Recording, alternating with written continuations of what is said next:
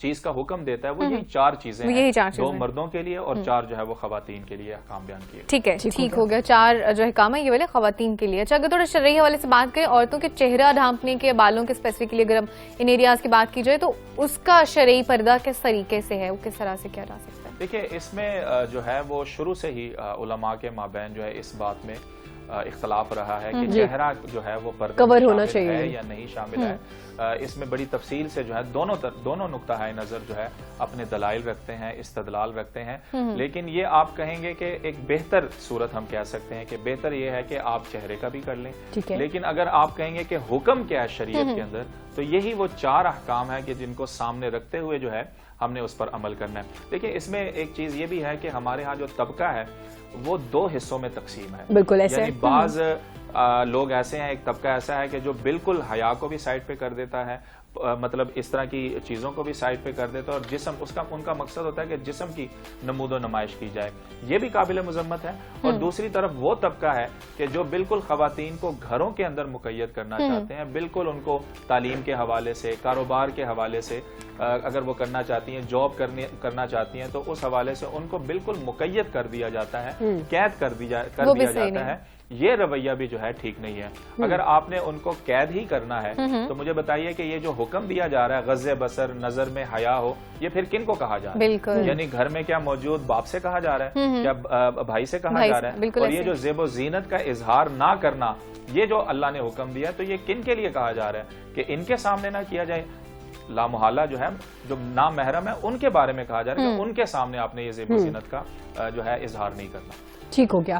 مفتی صاحب ویسے بھی بہت سی خواتین ہیں جنہوں نے حجاب پہنا ہوا ہے، بہت سی خواتین ہیں جنہوں نے باقاعدہ طور پہ پردہ ویل کیا ہوا، اس کے باوجود بھی ہر ڈپارٹمنٹ میں کام کری ہوئی، پائلٹ بھی ہماری پاکستانی ایک ہے، جو کیپٹن صاحبہ بھی ایک ہے جو باقاعدہ طور پہ نقاب کری ہوتی ہے، پردہ کری ہوتی ہے، اس کے باوجود بھی ہر ڈپارٹمنٹ میں کام کرے، تو یہ تو ایک الگ بحث ہو گئی نا کہ ایسا نہیں ہو سکتا جو خواتین پردہ کرتی ہے وہ صرف گھروں میں ہی رہے گی یا تعلیم میں آگے نہیں آئیں گی، کسی ڈپارٹمنٹ میں آگے نہیں آ سکتی۔ مفتی صاحب جیسے آپ نے فیس کور کرنے کے حوالے سے بات کی ہے، بہت سے ہم نے اپنی بہنوں کو، خواتین کو دیکھا وہ باقاعدہ طور پہ پردہ کر رہی ہوتی ہے، جن میں ان کے ہاتھ بھی نظر نہیں آ رہے ہوتے اور بالکل چھوٹی سی آنکھیں نظر آ رہی ہوتی ہے اور باقاعدہ طور پہ ایک چادر ہوتی ہے۔ کیا اسلام میں یہ والا پردہ ہے؟ اگر وہ کوئی کرتا ہے تو وہ اچھی چیز ہے خود کو کور کر کے رکھنا، تو اگر کوئی صرف سکارف کر رہا ہے، صرف چہرہ نظر آ رہا ہے، تو کیا وہ بھی جو آداب ہے یا حکم ہے اس پہ پورا اتر رہا ہے؟ دیکھیے یہ ان کی اپنی چوائس ہے جن کا آپ نے ذکر کیا کہ اپنے چہرے کو مکمل ڈھانپ کر رکھنا چاہتی ہے، اور وہ بھی اچھی چیز ہے، ان کی چوائس ہے، اچھی چیز ہے۔ ہم دیکھیں کوئی اگر پردہ کر رہا ہے، کسی بھی فارم میں کر رہا ہے، تو ہم اس کو زبردستی اتروا نہیں سکتے، یعنی یہ نہ مجھے اختیار حاصل ہے، بالکل ایسی ہے، حتیٰ کہ ریاست کو بھی یہ اختیار نہیں ہے، جتنا فرانس کے معاملے میں ہوا کہ انہوں نے ایک غلط فیصلہ دیا اور وہ ایک غلط جو ہے فیصلہ تھا۔ اور اسی طرح اگر کوئی خاتون اس طرح کا پردہ جو آپ نے کہا ہے کہ چہرے کا پردہ ہو گئے یا دوسرے پردے ہو گئے، تو اس حوالے سے ہم کسی کو مجبور بھی نہیں کر سکتے، یعنی حتیٰ کہ ریاست بھی اس کے اندر مداخلت نہیں کر سکتی۔ اور یہ جو ہمارا ایک مائنڈ سیٹ بنا ہوا ہے نا کہ ایک چیز کو نافذ کر دو، قانون نافذ کرنے کا مزاج ہمارے ہاں بہت زیادہ پایا جاتا ہے بدقسمتی سے، یعنی ہم چاہتے ہیں کہ ایک دم سے جو ہے دفعہ 144 نافذ کر کے اپنے بچیوں کو، اپنی بیٹیوں کو جو ہے وہ پردے کے اندر لے آئیں۔ بھئی میرے پاس تعلیم ہے، تربیت ہے، تلقین ہے، یہ ذرائع بھی ہے، ان ذریعوں سے میں اپنی بہنوں کو سمجھا سکتا ہوں، اپنی بیٹیوں کو سمجھا سکتا ہوں، لیکن یہ کہ آپ ان پر زبردستی کریں، لا اکراہ فی الدین، دین کے اندر کوئی زور و زبردستی نہیں ہے، بالکل ایسا ہے۔ اگر وہ اختیار کرنا چاہتی ہیں تو آپ روک نہیں سکتے اسے، اگر کوئی نہیں کرنا چاہتے تو آپ اس کو زبردستی امپوز نہیں کروا سکتے۔ اچھا یہی پوائنٹ، اس پہ تھوڑی سی پلیز مزید ڈیٹیل میں بتائیے گا۔ اکثر گھروں میں ایسے ہو رہا ہوتا ہے کہ پیرنٹس، مطلب یا تو مائیں خصوصاً ہی، خاص طور پہ باپ یا پھر بھائی، زبردستی اگر ایک لڑکی ہے انڈیویجول، اگر کہہ لیں کہ 18+ بھی ہے، وہ جو بھی اس کا بالغ ہونے کی ایک ایج ہے، اس سے اوپر بھی ہے، اس میں بھی اس کو اگر زبردستی امپوز کرا رہے ہوتے ہیں تو کیا یہ چیز صحیح ہے؟ دیکھیے دین میں کسی بھی حکم کو، کسی بھی معاملے کو آپ زبردستی نافذ نہیں کر سکتے، اور شعور کی عمر کو پہنچ جاتا ہے، بالغ ہو جاتا ہے، آپ اس کی اہمیت کو واضح کریں، یعنی پردے کی شریعت میں کیا اہمیت ہے، اس کے بارے میں ان کو تلقین کریں گے آپ اس حوالے سے ان کو بتائیں گے کہ ازواج مطہرات جو ہے وہ کس طرح کا پردہ کیا کرتی ہیں، حضرت خدیجہ کا کیا پردہ ہوا کرتا تھا، حضرت فاطمہ کا کیا پردہ ہوا کرتا تھا. ان تمام چیزوں کی اہمیت جو ہے آپ اپنے بچوں اور بچیوں کو سامنے رکھیں گے. لیکن یہ کہ آپ زبردستی کر کے کسی کو نماز پڑھانے کے لیے زبردستی کر رہے ہیں، روزہ رکھوانے کے لیے آپ زبردستی کریں، دیکھیں نافذ نہ کریں شریعت کو، اس کا نفوذ ہونا چاہیے. بالکل. یعنی آپ کا کردار ایسا ہو، آپ کے مینرز ایسے ہو، آپ کے اخلاقیات ایسی ہو کہ آپ کا بچہ آپ کو رول ماڈل کی ایسے. ماں کا کتنا بڑا مقام ہے ماں کا، اور اس کی کتنی بڑی حیثیت ہے بچوں کی پرورش کے حوالے سے. تو ماں ایک کردار بنے، ایک رول ماڈل بنے، اس کا کردار ایسا ہو کہ بچے خود بخود جو ہے اس طرف آ رہے ہوں. تو خدارا یہ قانون نافذ کر کے بچے اور بچیوں کو عدالت کے کٹہرے میں لا کر جو ہے اس کو زبردستی جو ہے ایک کام کروانا، یہ دین کے اندر قطعاً نہیں ہے. دیکھیے آپ اپنے تعلیمات کے ذریعے سے ان کو بتائیں گے، تلقین کے ذریعے سے ان کو بتائیں گے، اور رسول اکرم صلی اللہ علیہ وسلم کو جس طرح کہا گیا ہے کہ تو افانت تکرہ الناس حتی یکونوا مؤمنین. دیکھیں ایمان کتنا بڑا معاملہ ہے، ایمان کی شہادت دینا، گواہی دینا. تو اس پر اللہ تبارک و تعالی رسول اکرم صلی اللہ علیہ وسلم کو کہہ رہے ہیں کہ آپ لوگوں کو مجبور نہیں کر سکتے کہ وہ ایمان لے آئیں. بالکل. لست علیہم بمسیطر، آپ سختی کرنے کے لیے یہاں پر نہیں آئے. انما انت مذکر، آپ مذکر ہیں. آپ تذکیر کے ذریعے سے، آپ واعظ کے ذریعے سے، آپ نصیحت کے ذریعے سے تبلیغ کریں گے، دعوت دیں گے. اور دعوت دے کر آپ کا کام صرف اتنا ہی ہے، آپ دعوت دیں، اس کے بعد اللہ پر چھوڑ دیں، اس بچے پر چھوڑ دیں. اگر وہ آپ کی بات نہیں مانتا، آپ بار بار ان کو سمجھائیں گے، پھر بھی نہیں مانتا، یہ آپ کے لیے آزمائش ہے. بالکل آپ کا بالکل کام ختم ہو گیا. بالکل آپ کو دعوت دینی چاہیے. اور ابھی ہمیں جوائن کیا ہماری بڑی پیاری مہمان نے، جو رہنما جماعت اسلامی ہے، سابق ممبر اسلامی نظریاتی کونسل ہے، سابق ممبر قومی اسمبلی ہے، ڈاکٹر سمیہ رحیل قاضی صاحبہ. السلام علیکم ڈاکٹر صاحبہ، کیسی ہیں آپ؟ الحمدللہ. وعلیکم السلام ورحمۃ اللہ. خیریت سے؟ بالکل. ڈاکٹر صاحبہ آپ کی طبیعت کیسی ہے اب؟ الحمدللہ اللہ کا احسان ہے، اللہ نے فضل کر لیا ہے. ہمیشہ ہمیں بڑا اچھا لگتا ہے آپ کو اپنے پروگرام میں شامل کر کے. بہت شکریہ جوائن کرنے کے لیے. بہت شکریہ، بہت شکریہ. ڈاکٹر صاحبہ آج ہمارا جو ٹاپک ہے وہ پردے کے حوالے سے ہے، تو کیا کہنا چاہیے؟ کیونکہ آپ نے، آپ کی ٹیم نے، جماعت اسلامی نے جتنا حجاب پہ، پردے پہ کام کیا ہے، جتنی مہم چلائی ہے، ابھی تک اتنی مہم نہیں چلائی گئی. تو آپ کیا کہنا چاہیں گے پردے کے حوالے سے؟ دیکھیں یہ جو میرے بھائی ابھی بتا رہے تھے، بہت ہی پیاری بات انہوں نے کی. میں ان کی بات کو آگے بڑھاتے ہوئے کہ پردہ اور حجاب ایسی چیز ہے جس کو نافذ نہیں بلکہ اس کا نفوذ کیا جانا چاہیے. بہت ہی خوبصورت بات انہوں نے کی. اور یہی بات میں بھی کہنا چاہوں گی کہ حضور نبی کریم صلی اللہ علیہ وسلم جو نظام لے کے آئے، لوگ سمجھتے ہیں کہ شاید یہ ماڈرنزم ہے کہ عورت اور مرد دونوں وہ بہت زیادہ چھوٹے سے چھوٹے کپڑے پہنے، اور بہت زیادہ جتنا زیادہ عریاں ہوں اتنا شاید انہیں زیادہ فیشنیبل سمجھا جاتا ہے. اور جو آج کل کی ہماری یعنی جو فیشن انڈسٹری میں جو ایک فیشن آ گیا ہوا ہے کہ لباس کم سے کم ہوتا چلا جا رہا ہے. تو یہ اس زمانے میں بھی جو دور جاہلیت جس کو ہم کہتے ہیں، اس زمانے میں بھی عورتیں دوپٹہ نام کو بھی نہیں ہوتا تھا، اور بہت زیادہ ڈیپ گلے ہوتے تھے، اور بہت زیادہ عریانی کی طرف، یعنی وہ بالکل ننگے ہو کر خانہ کعبہ کا طواف کر کے اور اسے بڑا ثواب کا کام سمجھتے تھے. اس زمانے میں حضور نبی کریم صلی اللہ علیہ وسلم کے اوپر جو قرآن آیا اور نازل ہوا، اس میں سورہ اعراف میں لباس کے مطلب بتایا گیا کہ تہذیب کے ساتھ لباس کی ترقی ہوئی. جو انسان پہلے جو تھے، اللہ نے حضرت آدم علیہ السلام کو یعنی جو لباس ہے اور اپنے آپ کو ڈھکنا جو ہے وہ ان کو بتایا، اور جب ان کو شیطان نے غافل کر دیا تھا تو اس وقت ان کے لباس اتر گئے تھے سزا کے طور پر، اور انہوں نے اپنے آپ کو جنت کے پتوں کے سے اپنے آپ کو ڈھانپنا شروع کیا. تو لباس، پردہ، اور یہ جو دوسرا کانسیپٹ ہے نا کہ پردے کو صرف عورت کے ساتھ وابستہ کر دیا جاتا ہے، یہ بھی بڑی غلط بات ہے. پردے کے احکام قرآن کریم میں 2 جگہوں پر بہت ڈیٹیل سے آئے ہیں، سورہ نور اور سورہ احزاب میں. اور دونوں جگہوں پر پہلے مخاطب مردوں کو کیا گیا ہے ہاں جی کہ تم احترام کرو عورت کا، اور تم اپنے حجاب کا، اور تم اپنی نظر نیچی کرو، اور تم حجاب کے پیچھے سے بیویوں سے کوئی چیز مانگنی ہو.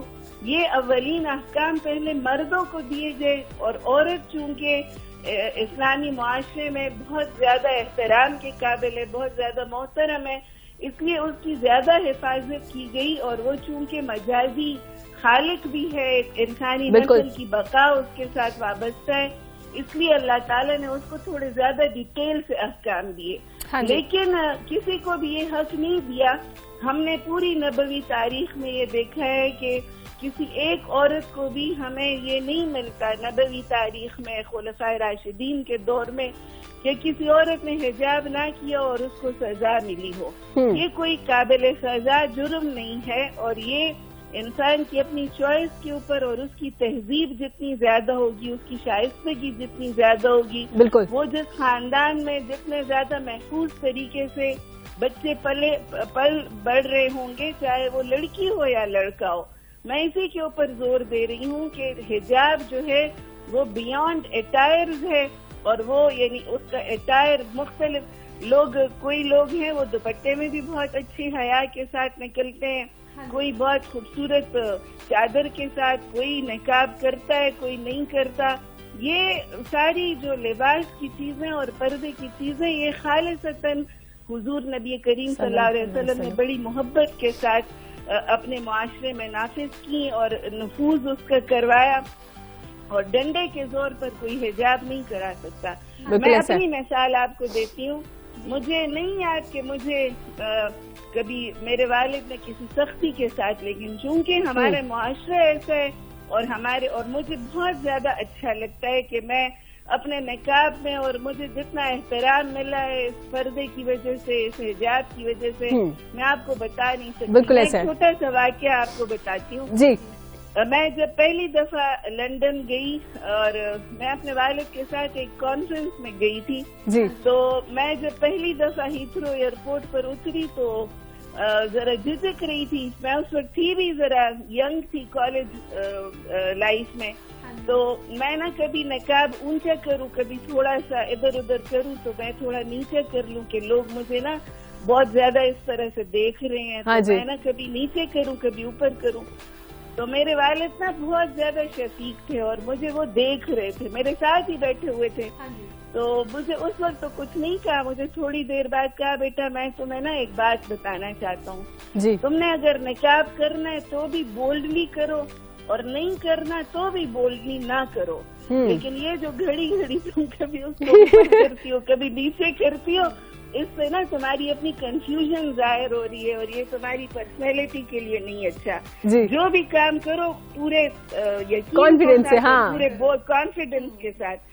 آپ یقین کریں کہ وہ دن ہے اور آج کا دن ہے، مجھے اپنے حجاب پر جتنا زیادہ کانفیڈنس ہے. مجھے انہوں نے بڑی پیاری بات کہی کہ دیکھو یہ اللہ کی نافرمانی میں اتنے بولڈ ہیں تو تم اللہ کی فرما برداری میں کیوں جھجک رہی ہو. کیا بات ہے، تو بہت ہی خوبصورت یہ جو بات ہے، تو اس نے مجھے زندگی بھر کا اعتماد دیا اور الحمدللہ مجھے آج تک کبھی فیل نہیں ہوا کہ حجاب جو ہے کسی بھی کام میں رکاوٹ ہے، کسی بھی کام میں اس میں کوئی ہرڈل ہے. البتہ اتنی بات میں ضرور کہہ دیتی ہوں کہ کبھی کبھی مجھے کھانے پینے میں تھوڑی سی دشواری ہوتی ہے کہ جی کوئی ورکنگ ڈنر ہے، کوئی ورکنگ لنچ ہے، لیکن اس کا بھی مجھے اتنا زیادہ یعنی اس کا لوگوں نے احترام دیا کہ میں جہاں پہ بھی جاتی ہوں لوگ میرے لیے تھوڑی سی الگ، تھوڑی دیر کے لیے میں 10 منٹ کے لیے 15 منٹ کے لیے اپنے لیے الگ کھانا لے کے اور وہ میں کھا لیتی ہوں، اور اکثر جگہوں پر کھاتی بھی نہیں ہوں کہ میرے لیے وہ جو ورکنگ ہوتی ہے وہ زیادہ امپورٹنٹ ہوتی ہے کھانے پینے سے. تو میں آپ کو یہ اپنی پریکٹیکل لائف میں بتا رہی ہوں کہ الحمدللہ جو حجاب کا جو عام ہو رہا ہے، آپ یونیورسٹیز چلے جائیں، کالجز چلے جائیں، ایون آپ کے میڈیا میں بہت سارے لوگ جو ہیں وہ حجاب کی طرف آ رہے ہیں، اور اس 1 گز کے ٹکڑے میں وہ طاقت اللہ نے رکھی ہوئی ہے کہ اس کے لیے لوگ مقدمے کر رہے ہیں، باہر لوگ کورٹس میں جا رہے ہیں اور حجاب کے لیے وہ کورٹس میں مقدمے جیت رہے ہیں. تو ہمیں اللہ تعالیٰ نے ایک ایسے ملک میں اور ایک ایسے معاشرے میں یعنی رکھا ہوا ہے کہ وہاں پر حجاب کی بہت زیادہ عزت ہے، بہت احترام ہے. تو میں نہیں سمجھتی کہ اس کو بزور نافذ کرنا چاہیے، لیکن ہر جو بچی ہے اور ہر جو عورت ہے اور ہر جو مرد ہے اس کے لیے حجاب جو ہے یہ پورے ایک نظام کا نام ہے، یہ 1 گز کے کپڑے کے ٹکڑے کا نام نہیں ہے. بالکل ایسا پورا سسٹم ہے اور پورا نظام ہے جس کو ہم جتنا بھی زیادہ رائج کریں تو ہماری عزت اپنی ہو اس کے ساتھ. بالکل ڈاکٹر صاحبہ ہمارے ہاں بالکل کرنا چاہیے. بالکل بڑے خوبصورت انداز میں ہم نے اس کو بیان بھی کیا، اور جیسے کہ ڈاکٹر صاحب نے مینشن بھی کیا کہ قابل نہیں ہے کہ آپ اپنے فتوے دینا شروع کر دیں یا اس کو کنسیڈر کر دیں کہ فورسفلی کر رہے ہیں، اس طرح سے نہیں. اور ساتھ ساتھ یہ بھی کہ مردوں پہ بھی ہے صرف عورتوں کے لیے نہیں پردے کا حکم. ناظرین یہاں وقت ہے چھوٹی سی بریک کا. بریک کے بعد ڈاکٹر سمیہ اور مفتی امجد صاحب ہمارے ساتھ ہی موجود ہوں گے اور پردے کے حوالے سے ہم بات کریں گے. واپس آ رہے ہیں ویری شارٹ بریک کے بعد، ہمارے ساتھ رہیے گا.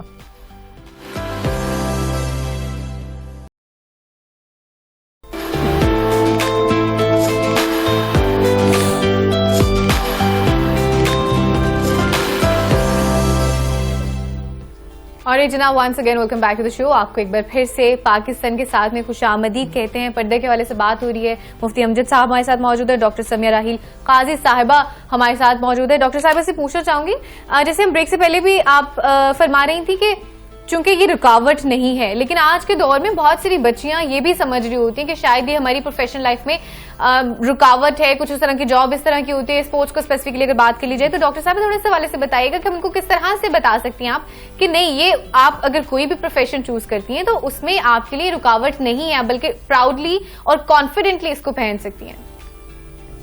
یہ جو ایک ہماری ایک جاننے والی ہیں ایوان ریڈلی، جو طالبان کی قید میں مسلمان ہوئی تھی، کنورٹ ہوئی ہیں اسلام کی طرف. انہوں نے ایک دفعہ بڑی خوبصورت بات کی. انہوں نے کہا لوگ کہتے ہیں شاید حجاب کسی چیز میں رکاوٹ ہے. تو آج کے پینڈیمک کے دور میں تو کوئی بھی اس بات کو یعنی رکاوٹ نہیں سمجھ سکتا. بالکل ڈینائی نہیں کرا. جی ہم کمیونیکیشن پرابلم ہوتی ہے، جب چہرہ نظر نہیں آتا تو پھر کس طرح سے ہم اس کو پہچانیں اور کس طرح سے ہم اس کے ساتھ کمیونیکیٹ کریں. اب تو اللہ تعالیٰ نے عورتوں کو کیا مردوں کو بھی نقاب پہنا دیے ہیں. اب تو یہ جو معاملہ ہے نا تو یہ بہت ہی زیادہ بودا سا اور فضول سا وہ بن گیا ہے. یہ سوائے مجھے وہ فرانس کے اوپر بھی بڑی حیرت ہوتی ہے کہ پہلے وہ یہ کہتے تھے کہ جس نے نقاب کیا اس کو جرمانہ ہوگا. آپ کہتے ہیں جس نے نقاب نہیں کیا اس کو نہیں پہنا اس کو جرمانہ ہوگا. تو وہ ایک سوشل میڈیا پہ میں دیکھ رہی تھی کہ ایک غیر مسلم شخص وہ بڑا چیخ کے بول رہا تھا کہ ہمیں تمام مسلمان عورتوں سے معافی مانگنی چاہیے جو ہم ان کے نقاب کے اوپر اعتراض کرتے تھے، ان کے حجاب کے اوپر اعتراض کرتے تھے. میں ایوان ریڈلی کی بات بتا رہی تھی کہ کہہ رہی تھی کہ دیکھیں سرجری جو ہیومن سرجری ہے نا وہ انسانی زندگی کا سب سے نازک ترین کام ہے، اور سرجن جو ہوتا ہے وہ اس وقت ٹپ ٹو ٹو حجاب میں ملبوس ہوتا ہے. وہ اس نے گلوز بھی پہنے ہوتے ہیں، اس نے ماسک بھی پہنا ہوتا ہے، ٹوپی بھی پہنی ہوتی ہے، وہ برقع ٹائپ بھی اس نے پہنا ہوتا ہے. پورا وہ حجاب میں ملبوس ہوتا ہے اور اس کو اس کا حجاب اس کے کام میں رکاوٹ نہیں بلکہ فیسیلیٹیٹ کر رہا ہوتا ہے. ہاں جی. تو ہمیں بھی نا مجھے خود ذاتی طور پر یعنی میں بھی 50 سال کی ہو گئی ہوں اور ان 50 سالوں میں مجھے کبھی بھی نہیں لگا سوائے اس کے جو میں نے آپ کو کہا ہے کہ مجھے ایک 10-15 منٹ کھانے کے لیے بس چاہیے ہوتے. باقی تو اب وہ میرا نقاب مجھے فیسیلیٹیٹ کرتا ہے کورونا کے اور کووڈ کے اس دور میں. مجھے وہ بہت زیادہ مجھے الگ سے ماسک کی ضرورت ہی نہیں ہوتی. ہاں بالکل ایسا ہے. نقاب جو ہے وہ اور میرا حجاب اور میرا برقع وہ مجھے ہر چیز سے الحمدللہ بچا رہا ہوتا ہے، پولوشن سے ہر چیز سے. تو اور میں اسمبلی میں جب 5 سال گزارے تو میں آپ کو بتاتی ہوں کہ جب باقی ساری میری بہنوں کا بہت سارا ٹائم پارلرز میں اپنی عورت کی ایک فطری خواہش ہے کہ وہ اچھی نظر آئے. ہاں جی. تو وہ ان کا بہت سارا ٹائم اس سے گزر جاتا تھا اپنے ہیئر اسٹائل پر, اپنے میک میں, اور ہمارا وہی جو وقت ہے تو وہ ہم اپنی اکیڈمک جو ہماری چیزیں تھی, اور الحمدللہ اسی کی وجہ سے مجھے لیجسلیشن میں ٹاپ آف دا لسٹ بنایا گیا. ہماری مخالف NGOs نے جب پرفارمنس رپورٹ دی تو ہمیں ٹاپ آف دا لسٹ اس میں رکھا. ماشاءاللہ. یہ جو ہے کوئی بھی حجاب جو ہے وہ آپ کو کسی ترقی میں آپ کی رکاوٹ نہیں ہے, آپ کو کسی چیز میں ہرڈل نہیں بنتا, بلکہ آپ کی عزت اور احترام میں اضافے کا باعث بنتا ہے. بالکل. ڈاکٹر صاحبہ, وومنس ڈے پہ جب آپ لوگ ہمیشہ ایک مہم کرتے ہیں, ایک مارچ بھی ہوتا ہے جس میں بچیوں کے لیے حجاب کے لیے کافی زیادہ بات کی جاتی ہے. حجاب پہ آپ کی بکس بھی ہیں, کچھ ڈائجسٹ وغیرہ بھی آپ کے شائع ہوئے جس پہ حجاب کے حوالے سے کہ کیوں ضروری ہے, کیوں کرنا چاہیے, بچوں کو بڑا موٹیویٹ کیا گیا. تو آپ کیا سمجھتی ہیں جب سے حجاب پہ, کیونکہ کافی عرصہ ہو گیا جماعت اسلامی اس کے لیے کام کر رہی ہے, تو کیا سمجھتی ہے کتنا فرق پڑا ہے؟ اور ماشاءاللہ جو پڑھی لکھی بچیاں ہیں, کیونکہ آپ ہی کے ساتھ منسلک خواتین, میں پہلے بھی ذکر کر رہی تھی, کیپٹن بھی ہیں, ڈاکٹرز بھی ہیں, وہ باقاعدہ طور پہ حجاب لے رہی ہے, نقاب کر رہی ہے. تو کیا سمجھتی ہے کافی زیادہ فرق پڑنا شروع ہوا ہے, معاشرے میں تبدیلی آنا شروع ہوئی ہے؟ دیکھیں بہت زیادہ فرق پڑا ہے. آپ یونیورسٹیز میں جا کے دیکھ لیں. مجھے تو ہر وقت پروفیسر وہ جو ہیں ہمارے یہود بھائی, جی بالکل, ہمیشہ بیچارے اسی بات سے نالا ہوتے. جس وقت ہم پڑھ رہے تھے یونیورسٹی میں تو اکا دکا کوئی خال نظر آتی تھی, اور یہ ان کی اس بہت زیادہ موٹیویشن کی وجہ سے اب جاتے ہیں تو پوری کلاس جو ہے وہ حجاب اور نقاب سے بھری ہوئی بچیوں کی ہوتی ہے. معاشرے میں بہت زیادہ فرق پڑا ہے اور بہت زیادہ, یعنی اور جو بھی لوگ بے حجابی جو ہے اس کو کوئی اچھا نہیں سمجھا جاتا. آپ ایون کے دیکھ لیں, میں اس کو ڈسکس نہیں کرنا چاہتی, اپنی اپنی مرضی ہے لوگوں کی, لیکن جو فیشن شوز میں اور جو ایوارڈ شوز میں جس طرح کے لباس اب رائج ہو رہے ہیں تو اس کو خود انڈسٹری کے لوگ ہی ناپسند کر رہے ہیں. دیندار لوگ تو چھوڑیں, آپ کے اپنے انڈسٹری کے بہت فیشنیبل لوگوں کو میں نے سنا ہے. اور میں ایک دن فاطمہ سریا بجیا سے بات کر رہی تھی, ہمارے پروگرام میں حسینہ معین تشریف لائی, وہ کہہ رہی تھی ہم بھی ڈرامے بناتے تھے, ہمارے وقت میں بھی شوز ہوتے تھے, ہمارے وقت میں بھی, لیکن حیا اور یہ میں نے آپ کو بتایا نا, یہ گیس کپڑے کا ٹکڑا نہیں ہے, یہ پورا نظام ہے, پورا سسٹم ہے.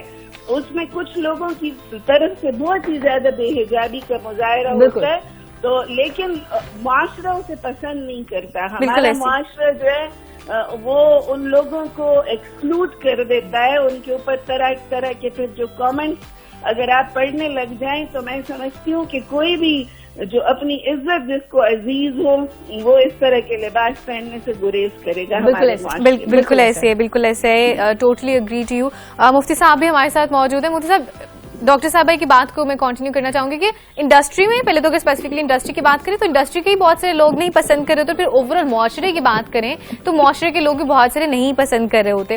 تو تھوڑا سا اسی حوالے سے بتائیے گا کہ معاشرے میں کیا آپ کو لگتا ہے, آپ کے نزدیک, کہ ہم کس ڈائریکشن میں جا رہے ہیں؟ کیا مطلب ہم لوگ حجاب کی طرف آ رہے ہیں, پھر واقعی اس چیز سے دور ہوتے جا رہے ہیں, یا پھر کچھ لوگ ہیں ابھی بھی جو کنسیڈر کرتے ہیں کہ نہیں, آپ کو کہہ لیں کہ حجاب کرنا بہت ضروری ہے؟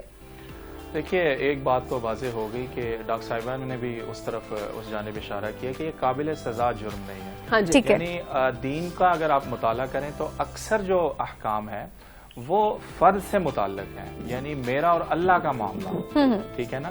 اجتماعی طور پر جو احکام دیے گئے وہ بہت کم ہے, تو یہ میرا اور اللہ کا معاملہ ہے. ہم یہ کوشش نہ کریں کہ ہر آدمی کو عدالت کے کٹہرے میں کھڑا کر دیں, بلکہ اللہ اس سے پوچھ لے گا اگر وہ بے پردگی کر رہا ہے, حجاب نہیں کر رہا, اور یہ نہیں کر رہا اور وہ نہیں کر رہا, اللہ کے سامنے بھی تو اس نے جواب دہ ہونا ہے, بجائے اس کے کہ ہم حکومت کے سامنے اور کورٹ کے سامنے اور اپنے والد کے سامنے اس کو جواب دہ ٹھہرانے کی کوشش کریں. دوسرا یہ کہ آپ نے درست کہا, اور ڈاکٹر صاحبہ نے بھی اس طرف اشارہ کیا کہ کمنٹس پاس ہوتے ہیں, یہ ایک رخ ہے. دوسری طرف اگر دیکھا جائے, جو پردہ نہیں کرتی, جو حجاب نہیں کرتی, ان کے بارے میں بھی طرح طرح کے جو ہے خیالات گھڑے جاتے ہیں اور انہیں پتہ نہیں کیسے کیسے جج کیا جاتا ہے باقاعدہ انہیں جی دیکھا جاتا ہے. تو اس جانب بھی توجہ کرنے کی ضرورت ہے. جس طرح ڈاکٹر صاحبہ نے کہا کہ ان کے وہاں پہ یونیورسٹیز میں اور اس طرح کے ان کے کاموں کی وجہ سے جو ہے حجاب کی طرف لوگ آ رہے ہیں, اس جانب بھی متوجہ کرنے کی ضرورت ہے. اگر کوئی خاتون اپنی آزادی کے ساتھ اپنی مرضی کے ساتھ اس طرح کا حجاب نہیں لے رہی تو بجائے اس کے کہ ہم اس کو انڈورس کریں یا کچھ اور کریں تو تنقید کا نشانہ بھی نہ بنائیں ان کو ہم کسی اور نظر سے بھی نہ دیکھیں. یعنی صورتحال اس طرح کی پیدا کر دی جاتی ہے جو بے پردہ ہوتی ہیں یا بے حجاب ہوتی ہیں یا حجاب نہیں کر رہی یا چہرہ نہیں چھپا رہی, اس طرح کا ماحول ڈیولپ کر دیا جاتا ہے کہ خدا نہ خواستہ یہ بے پردگی کی وجہ سے اس طرح کے عذاب آ گئے. بے پردگی کی وجہ سے جو ہے یعنی خاتون کو اور گناہ کو لازم و ملزوم کر دیا جاتا ہے. اس چیز سے بھی اجتناب کرنے کی ضرورت ہے. اور مفتی صاحب صرف عورت کے پردے کے ساتھ ریلیٹ کر دیتے ہیں کہ عورت پردہ نہیں کر رہی تو اس وجہ سے اس طرح کا جیسے کہہ رہے ہیں کہ مرد پہ بھی تو پردہ ہے نا, تو اس کو نہیں ہم کنسیڈر کریں. نے بھی اس طرف اشارہ کیا, قرآن کی آیت اس جانب اشارہ کر رہی ہے کہ مرد کو پہلے حکم دیا گیا کہ اپنی نظروں کے اندر حیا پیدا کریں, اپنی نظر کے اندر ایسی حیا پیدا کریں جس طرح ہم اپنی بہن کو جس نظر سے دیکھ رہے ہوتے ہیں, اپنی ماں کو جس نظر سے دیکھ رہے ہوتے ہیں, اسی نظر سے مرد کو بھی ایک عورت کو دیکھنا چاہیے اور باقی احکام کا بھی خیال رکھنا چاہیے.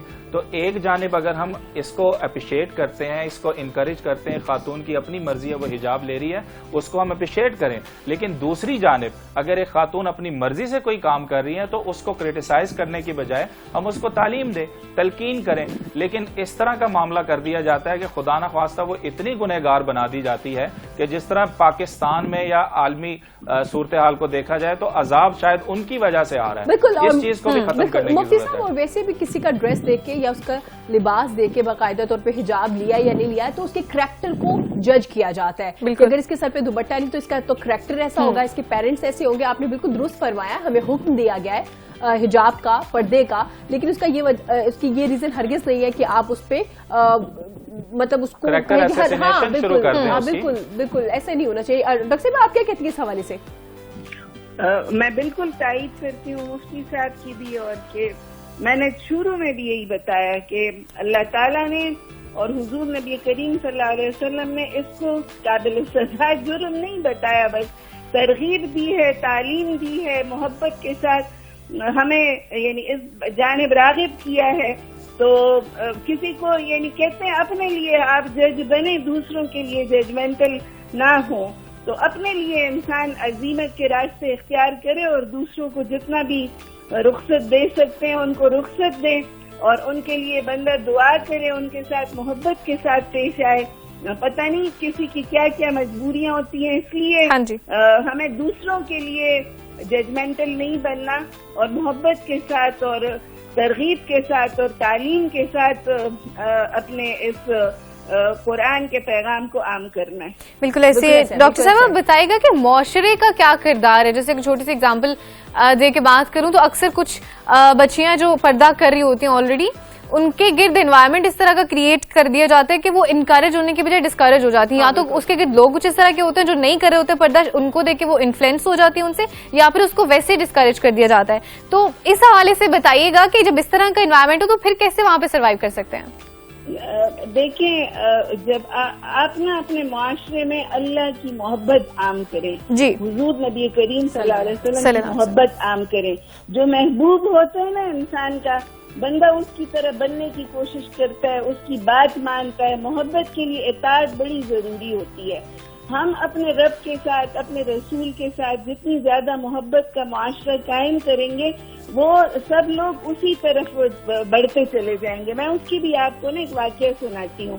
میرے ساتھ ایک جگہ ایک مذاکرے میں حجابی کے اوپر تھا, تو میں اس وقت اسمبلی کی ممبر تھی اور بہت زیادہ ہماری نا بڑی ہارش سی ڈیبیٹ اس کے اوپر ہوئی ٹی وی پر. اور میرے ساتھ جو میری بہن محترمہ تھی, تو وہ اگلے دن میرے ساتھ ایرانی سفارت خانے میں ایک پروگرام تھا بی بی فاطمہ رضی اللہ تعالیٰ عنہ کا, اور میرے ساتھ ہی اگلی کرسی پر بیٹھ کے پوری طرح سے لپٹی لپٹائی حجاب اوڑے ہوئے. میں نے ان کو پھر ہنس کے کہا, میں نے کہا کل آپ میرے ساتھ اسی حجاب کے اوپر اتنا زیادہ لڑ رہی تھی, تو آج کیسے آپ نے یہ سارا حجاب کیا؟ ہاں جی. تو کہنے لگی یہ بھی ان کا سفارت خانے کا وہ تھا اور ان کا چونکہ بی بی فاطمہ کا وہ ہے تو وہ اس لیے. میں نے کہا دیکھیے قرآن اور حضور نبی کریم صلی اللہ علیہ وسلم نے اسی طرح کا معاشرہ یعنی قائم کرنے کی ہمیں ترغیب دی ہے جس میں آپ کو حجاب لینا آسان اور بے حجابی مشکل ہو جائے. آپ کو کہے نا، میں نے کہا آپ کو انہوں نے بتایا تو نہیں نا کہ آپ نے اس طرح سے کرنا ہے جی نہیں. میں نے کہا اگر انہوں نے نہیں بتایا اور آپ نے کیا اپنی مرضی سے تو ماحول اس طرح سے پیدا کرنا چاہیے کہ بے حجابی مشکل ہو جائے اور حجاب آسان ہو جائے. آپ نے جو کہا نا کہ بچیوں کے لیے ذرا ماحول میڈیا میں ہوگا، آپ لوگوں کے لیے مشکل ہوگا کہ یہاں پر انوائرمنٹ ابھی بھی وہ نہیں ہے جو کہ حجاب فرینڈلی ہو. لیکن دیکھیں آپ ہی کے اس میں حجاب والی بچیاں بھی آ رہی ہیں، حجاب کے ساتھ شوز بھی ہو رہے ہیں. بڑی مشہور ہماری 2-3 اینکر حجاب لیتی ہیں، ان کو تو آج تک کسی نے نہیں منع کیا کہ ان کا حجاب ہے اس لیے ان کے شوز بند ہو گئے ہوں. تو اپنی کانفیڈنس کے اوپر ڈپینڈ کرتا ہے. اور میں تو کہتی ہوں کہ حجاب کی بہار بہت زیادہ عام ہو گئی ہے اور اب بچیوں میں اتنا کانفیڈنس آ گیا ہے کہ وہ کسی کے ورغلانے پر حجاب نہیں اتارتی اور اس حجاب کے لیے یعنی کانفیڈنس صرف محبت کی بات ہے. اللہ اور اس کے رسول سے جتنی محبت ہوگی اتنے ہی آپ کے لیے حجاب لینا آسان ہوگا. ہاں جی بالکل. اور بڑی خوبصورت بات سے نا پوری کہہ لیں کہ ابھی تک کی کانورسیشن کو سما بھی کر دے کہ ہمیں ایسا معاشرہ ترتیب دینے کی ضرورت ہے جہاں پہ حجاب لینا آسان ہو جائے اور بے حجابی مشکل ہو جائے. بہت شکریہ ڈاکٹر صاحبہ آپ کے قیمتی وقت کا، ہمیشہ کی طرح بہت اچھا لگتا ہے آپ سے بات کر کے، بہت کچھ سیکھنے کو بھی مل رہا ہوتا ہے. بہت شکریہ. ڈاکٹر احمدی صاحب بھی ہمارے ساتھ اسٹوڈیو میں موجود ہے. مفتی صاحب جیسے ڈاکٹر صاحبہ نے کہا ہے کہ ہمیں معاشرہ ایسا بنا دینا چاہیے تاکہ آسانی ہو جائے. اب تھوڑے مرد حضرات کے حوالے سے بھی بات کرتے ہیں کہ جیسے میں نے پہلے کہا کہ کریکٹر پہ بات کرنا شروع کر دی جاتی ہے. اگر کوئی خاتون کام کرنے باہر جا رہی ہے اور اس کا ایک جو ڈریس کوڈ ہے وہ اس طرح کا ہے کہ اس میں باقاعدہ طور پہ نقاب نہیں کیا جا سکتا، تو کیا وہ صرف حجاب لے کے، جس میں ہم اسکارف کی طرح ایک حجاب لے لیتے ہیں جس میں آپ کا سر، آپ کے بال کور ہوتے ہیں، تو وہ کسی حد تک اس کے آداب پورے ہو رہے ہوتے ہیں نقاب کے، جو حجاب کے؟ جی بالکل. یہ دیکھیے 4 احکام جو بتائے یہ چیز نہیں آتی. میں نے کہا نا کہ یہ ہر آدمی کی پرسنل چوائس ہے. ٹھیک ہے. یعنی یہ 4 چیزیں تو اس کو کرنا لازم ہے، یعنی غض بصر ہو، شرم گاہوں کی حفاظت اور وغیرہ وغیرہ. باقی جو رہ جاتا ہے دوسرا معاملہ، یعنی آپ نے چہرہ ڈھانپ لینا ہے یا جس طرح آپ کہہ رہی ہیں حجاب لے لینا ہے، اس کا تعلق آپ کی چوائس کے ساتھ ہے. یعنی آپ اگر اس کو سمجھتی ہیں کہ میرے نوکری کے لیے کوئی مسئلہ ہو رہا ہے، جس طرح باہر کے ممالک میں ہوا، یعنی خاص طور پر جب یہ 9/11 کا معاملہ ہوا ہے اس کے بعد بہت ساری مسلم خواتین کے لیے بہت زیادہ معاملات گھمیر ہوئے ہیں. تو اس موقع پر پھر ہم نے بھی یہی نصیحت ان کو کی کہ آپ کا جو ڈریس کوڈ ہے اس میں اگر آپ تھوڑی سی مطلب امینڈمنٹ کرنا چاہتی ہیں یا کوئی حجاب کے بغیر جو ہے وہ آپ جانا چاہتی ہیں تو آپ جا سکتی ہیں. ٹھیک ہے. تو اس میں اس چیز کو دیکھنا چاہیے کہ اس میں چوائس کیا ہے آپ کے پاس، یعنی کون سی چیز لازمی ہے اور کون سی چیز جو ہے وہ آپشنل ہے. تو آپ اگر سمجھتی ہیں کہ میرے نوکری کے حوالے سے کوئی مسئلہ ہوگا یا کوئی اس طرح کا مسئلہ ہوگا، جس طرح آپ نے کہا بالکل حجاب آپ لے کر جا سکتی ہیں. لیکن ان 4 احکام کا جو ہے 2 مردوں کے لیے اور 4 خواتین کے لیے یہ کرنا لازمی ضروری ہے. ٹھیک ہے، ٹھیک ہو گیا. مفتی صاحب جیسے ڈاکٹر صاحبہ نے بڑی خوبصورت ایک بات کی اور میں ایکچولی اسی پہ اٹک گئی ہوں کہ ہمیں اس طرح کا معاشرہ تشکیل دینے کی ضرورت ہے جہاں پہ کہ حجاب کرنا آسان ہو جائے. تو ایک تو یہی آپ سے میں سیم کوشچن کرنا چاہوں گی کہ معاشرے کا کیا رول ہے اور کیا ہم ایسا کر سکتے ہیں کہ جو حجاب ہے ہمارے لیے لینا آسان ہو جائے، پھر ہم ریاست کی طرف آ جائیں گے. دیکھیے حجاب کے ساتھ ساتھ ان 4 چیزوں کا بھی اگر ہم تلقین کرنا شروع کر دیں. اب دیکھیے نا پہلا حکم جو اللہ نے بتایا ہے یہ کتنا خوبصورت حکم ہے کہ اپنی نظر کے اندر حیا ہو. جب نظر پر پہرا بٹھا دیا جاتا ہے تو بات تو وہیں پہ ختم ہو گئی. یعنی پہلے تو نظر بہکتی ہے نا، پہلے تو نظریں کام کرتی ہیں، پھر اگلے سٹیپ جو ہیں وہ طے کیے جاتے ہیں. تو اللہ نے پہلے حکم ہی اس چیز کا دیا ہے، ایک گویا کہ آپ کے سامنے ایک دیوار کھڑی کر دی ہے کہ اپنے نظر کو پاکیزہ کر دو. تو ان چیزوں کی بھی تلقین کرنے کی ضرورت ہے، ان چیزوں کو ایجوکیٹ کرنے کی ضرورت ہے. یہ تمام چیزیں اگر ہو جائیں گی تو یہ حجاب کے معاملات ہیں اور دوسرے جو معاملات ہیں وہ خود بخود حل ہونا شروع ہو جائیں گے. دیکھیے سوسائٹی کے اندر آپ جس طرح ڈاکٹر صاحبہ نے بھی کہا کہ محبت کی فضا قائم کر کے وہ جو زبردستی والا ماحول ہے اور بنا دیا جاتا ہے، یعنی یونیورسٹیز بعض ایسی ہیں کہ وہاں پر بنا دیا جاتا ہے کہ خواتین مجبور ہو جاتی ہیں حجاب لینے کے لیے. خواتین کو مجبور کر دیا جاتا ہے اس طرح کے کام کرنے کے حوالے سے.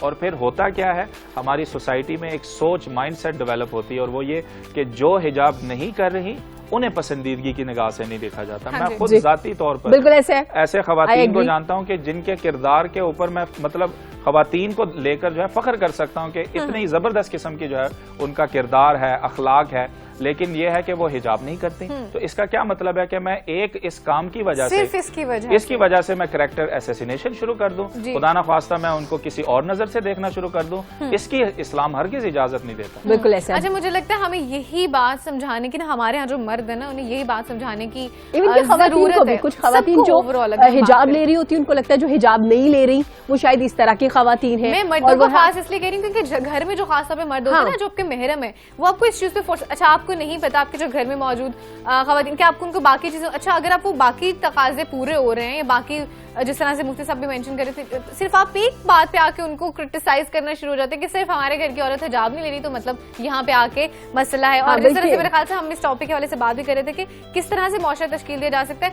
مفتی صاحب شاید اس کو اسی طرح سے ہے کہ سختی کرنے کی بجائے نا ہمیں حجاب کی خوبصورتی کے بارے میں بتانے کی ضرورت ہے. بیوٹی آف حجاب پہ اگر ہم ڈسکشن کریں گے تو شاید پھر ہم سمجھا سکیں گے یا پھر شاید ہم اس کو امپلیمنٹ بھی کریں گے آسانی سے. بالکل ایسا ہے. بہت شکریہ مفتی صاحب آپ کا. بریک کے بعد دوبارہ سے آپ کے ساتھ نئے ٹاپک پہ بھی گفتگو ہوگی. یہ ٹاپک یہیں پہ کلوز کریں گے. نیا ٹاپک ہوگا انسانی حقوق کے حوالے سے. اور یہاں وقت چھوٹی سی بریک کے بعد حاضر ہوتے ہیں. دیکھتے رہیے گا پاکستان کے ساتھ.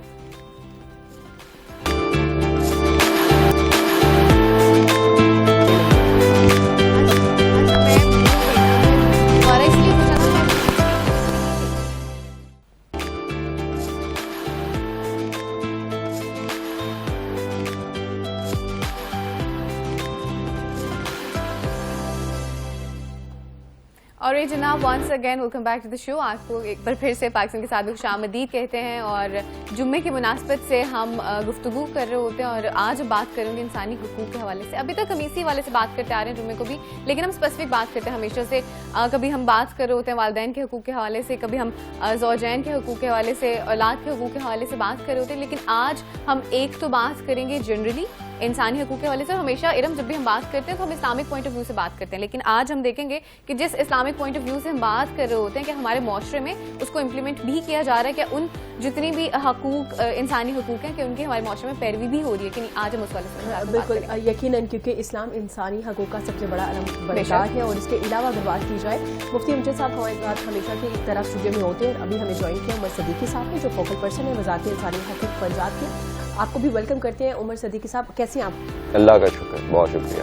بہت شکریہ آپ کے قیمتی وقت کا بھی. اور جیسے میں نے اور رافعہ نے بتایا انسانی حقوق کے حوالے سے بات کر رہے ہیں کیونکہ آپ فوکل پرسن بھی ہے وزارت انسانی حقوق کے. تو پہلے تو پاکستان سے بات کا آغاز کر لیتے ہیں کہ کیا صورتحال ہے انسانی حقوق کے حوالے سے, کتنے کیسز آ رہے ہیں, کس طرح سے آپ لوگ ڈیل کر رہے ہوتے ہیں ان تمام چیزوں کو؟ دیکھیں, میں یہ سمجھتا ہوں کہ اگر ہم 2008 سے یہ وزارت بنی تھی پاکستان کے اندر, وزارت انسانی حقوق, اچھا اس کو جتنا ایکٹیو میڈیا کے اوپر یا میڈیا کی پرسنالٹیز کے منہ سے بھی میں نے جو سنا وہ یہی سنا کہ جتنا ایکٹیو 2018 کے بعد سے دیکھا گیا ہے اتنا ایکٹیو پہلے کبھی نہیں دیکھا گیا تھا.